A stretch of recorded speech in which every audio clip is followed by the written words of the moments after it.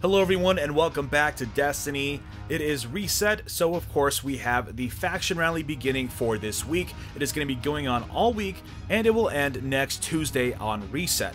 In this video we'll take a look at the weekly milestones and we'll take a look at the faction rally live event in much more detail. Some pretty cool stuff here, so you're going to want to stick around. Let's jump into it.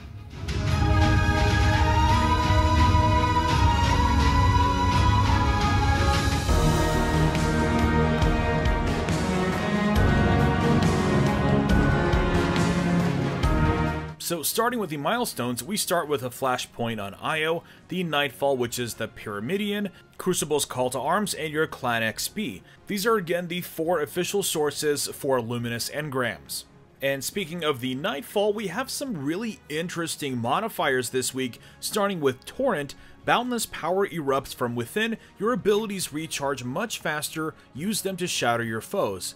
This sounds like Daybreak from Destiny 1, and it's pretty close. Now, if you thought that might make things a little easier this week, the second modifier for Time Warp is 0 hour. The mission timer cannot be extended. Choose your battles carefully. So of course, I just had to jump in real quick to see exactly how fast these abilities recharge, and I was not disappointed. Your grenades charge super fast. I can't quite remember if Daybreak was as fast as what you're seeing here for the supercharge, but it's also pretty fast as well. This is just by being idle. I'm sure if you get kills it'll go a lot faster, so you can expect your super to come up every 2 to 3 minutes. You also start with 22 minutes, so as long as you don't die too much from the lasers, you should be in good shape. Moving on, we have a refresh on Cage treasure maps for Io since it is the flashpoint, so go ahead and pick these up, as there's always a chance of getting some powerful gear. Now, the main topic of this week is, of course, the faction rally. The faction vendors have returned to Destiny 2, and they are now in the tower, as you can see here on the map. Your quest begins by visiting Arak Jalal from Dead Orbit. It's basically a tour of the different factions. They make you sort of listen to each of the factions' mentalities and mission statements before you pick which one you want to pledge to. Once you finish your tour, you can then go ahead and decide which faction you want to pledge your allegiance to, and then you can go about your normal activities and collect tokens to get those faction packages. Since I was on my Titan, I went ahead and chose New Monarchy. I'm going to go with Dead Orbit for my Hunter and FWC for my Warlock, just to keep my bases covered, so I can ensure myself the ability to get a cheap awesome gun, no matter which one is the winner. And not to mention, this New Monarchy gear looks pretty sweet for the Titan, so I just really couldn't resist.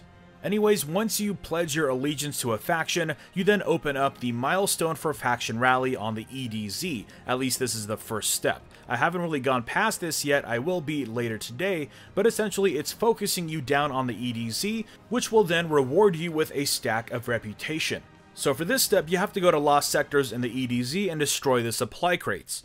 Then we went ahead and started a public event just out of curiosity. I wanted to see how many tokens it would actually grant you, but then these flares went off kind of like how they do in the soccer field in the farm, and then it sort of spawned these extra public events around the area. It was kind of interesting.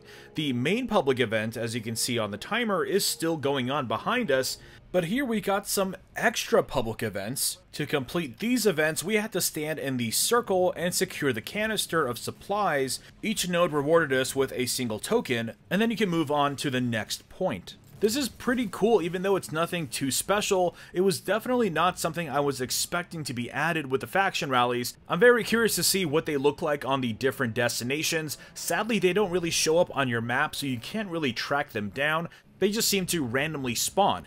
If you know what the trigger is, definitely let me know in the comments below. But for now, we'll just have to let it ride and see if we find any patterns throughout this first day.